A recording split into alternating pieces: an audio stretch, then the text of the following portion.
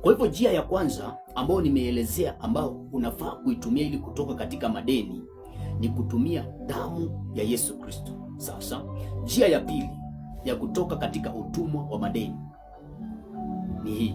Katika kitabu cha Luka Mtakatifu mlango wa 16, nataka tusome kuanzia mstari wa kwanza. Nitasoma mistari mingi, lakini itakuwa naielezea tu nikishuka polepole. Inasema hivi: tena aliwaambia wanafunzi wake, palikuwa na mtu mmoja tajiri aliyekuwa na wakili wake. Huyu alistakiwa kwake kuwa anatapanya mali zake.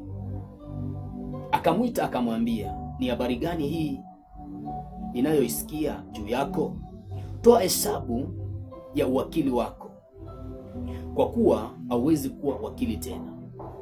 Hapa ni ujumbe ama ni story kuhusiana na story ambayo Yesu anapeana kuhusiana na tajiri mmoja ambaye alikuwa na wakili wake. Wakili ni mtu ambaye anasimamia vitu fulani, kwa hivyo alikuwa anasimamia mali za yule tajiri. Sasa siku moja maandiko yanasema ya kwamba yule wakili akamuibia tajiri na akawa hawezi kulipa. Ina maana aliingia kwenye madeni.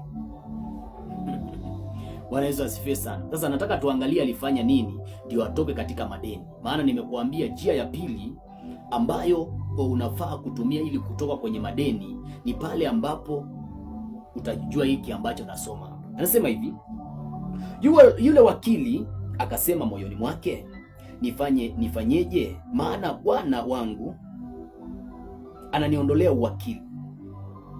Kulima siwezi, kuomba naona haya. Najua nitakayotenda, ili nitakapotolewa katika wakili wanikaribishe nyumbani mwao. Akawaita wadeni. Maandiko yanasema hivi: yule wakili baada ya kuwa ameambiwa na tajiri wake kwamba atafutwa kazi, atatolewa kwenye kazi, kwa hivyo atoe hesabu ya wakili wake wote na alafu atolewe kazi. Maandiko yanasema ya kwamba alifikiria ile jambo, aliliweka kwenye mizani, alianza kulitafakari hilo jambo kwa akili kubwa sana. Baadaye akasema najua cha kufanya. Kwa hivyo ukiwa kwenye madeni, sio wakati wa kuwa na papara, sio wakati wa kuanza kupigia watu simu, ama unafaa kwanza utulie, uanze kufikiria. Hiyo ni jambo la kwanza. Jambo la kukutoa kwenye madeni, unahitajika kwanza uliweke kwenye mizani, ulifikirie sana. Yule wakili, maandiko yanasema kwamba akafikiria sana, lakini alipofikiria akapata majibu. Sasa jibu ndio hii hapa, nisikize kwa makini. Nasema hivi: akawaita wadeni wa bwana wake, kila mmoja akamwambia wa kwanza. Maandiko kiufupi anasema hivi: baada ya kuwa yule wakili amefikiria sana, kile ambacho alifanya, aliwaita maandiko yanasema aliwaita wadeni wa yule bwana wake. Tunapoongelea kuhusiana na bwana hapa, tunaongelea kuhusiana na number 1 Bwana Yesu, lakini pia tunaongelea kuhusiana na tajiri mwenyewe ambaye alikuwa amemwajiri huyu wakili. Nataka tuende na maana ya kwanza kwamba huyu bwana tumpe nafasi ya yule tajiri. Kile ambacho alifanya huyu wakili, maandiko yanasema ya kwamba alichukua wadeni wa yule bwana. Ina maana waliokuwa wengine wameajiriwa na yule bwana ama yule tajiri, akawachukua akawalipia deni zao. Sasa baada ya kuwa amewalipia deni, acha tuangalie kile ambacho kilitokea. Maandiko yanasema hivi: yule bwana akamsifu, ule mstari wa 8, yule bwana akamsifu wakili dhalimu kwa vile alivyotenda kwa busara, kwa kuwa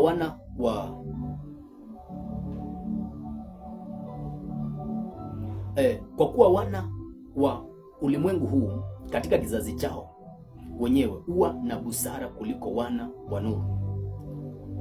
Bwana Yesu asifiwe sana. Kile ambacho kilifanyika ni hivi: yule wakili akachukua wale wengine walikuwa wamedaiwa pesa kidogo kidogo na yule bosi wake, akawalipia deni. Akulipa zote, lakini akawalipia kiasi fulani cha deni hiyo ambacho walikuwa wamedaiwa. Maandiko yanasema ya kwamba wale wadeni wa yule bwana wa yule wakili wakaenda kwa tajiri wao, wakamwambia vile ambavyo yule wakili amefanya. Sasa yule tajiri anapokuja kwa yule wakili, akaanza kumsifia, akamwambia lile jambo ambalo umefanya jambo lile kwa hekima kubwa sana. Na hapo ndio ile neno ambayo inasemanga wana wa ulimwengu huu wana hekima kuliko wana wa nuru. Na kutoka wakati ule yule tajiri ambaye alikuwa amemwajiri yule wakili akamfutia deni zake zote. Bwana Yesu asifiwe sana. Na hii inatufundisha kitu kimoja, ya kwamba kama ikitokea ukapata ama Mungu akakuletea mtu ambaye ni mdeni, amedaiwa na vitu fulani, ukimlipia deni, Yesu ama Mungu akiwa mbinguni, na yeye atakufutia deni zako.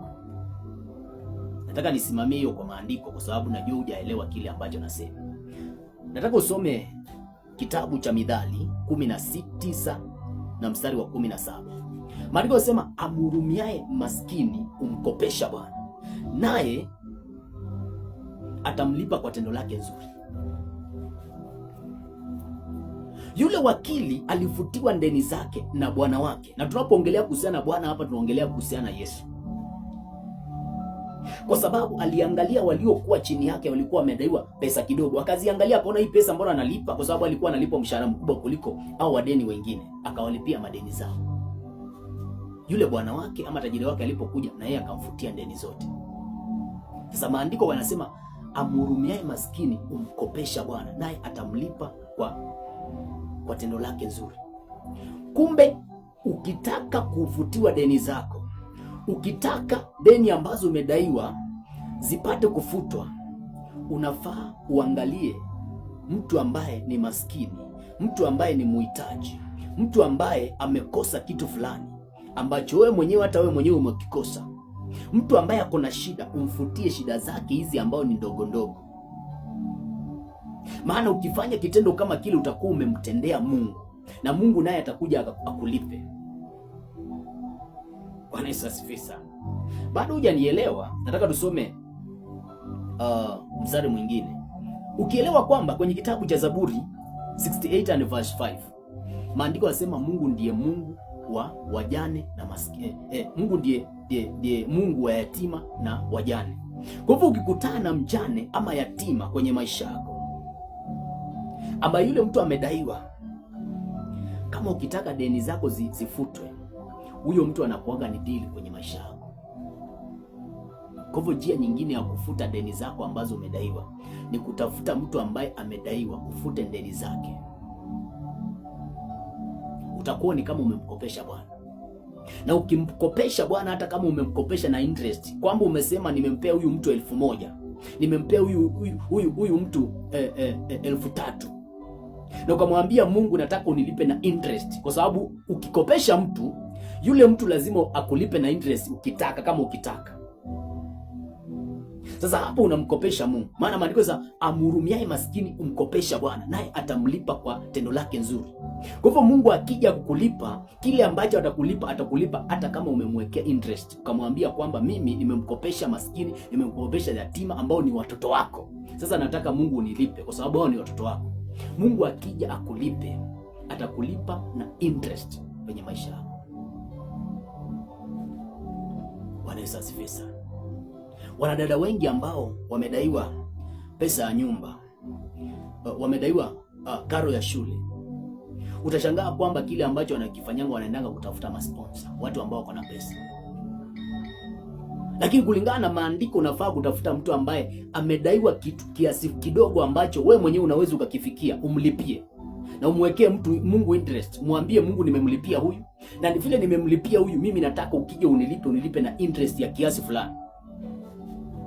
Mungu atakuja kukulipa, maana amhurumiaye maskini anamkopesha Bwana, naye Mungu atakuja kumlipa kwa tendo lake nzuri. Bwana Yesu asifiwe sana. Ni nini ambacho umedaiwa kwenye maisha yako?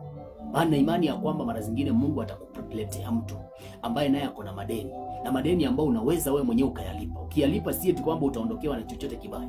Kuna mtu ambaye hiyo shilingi 100 ambayo uko nayo, ukimpea utakuwa umemlipia deni zake zote.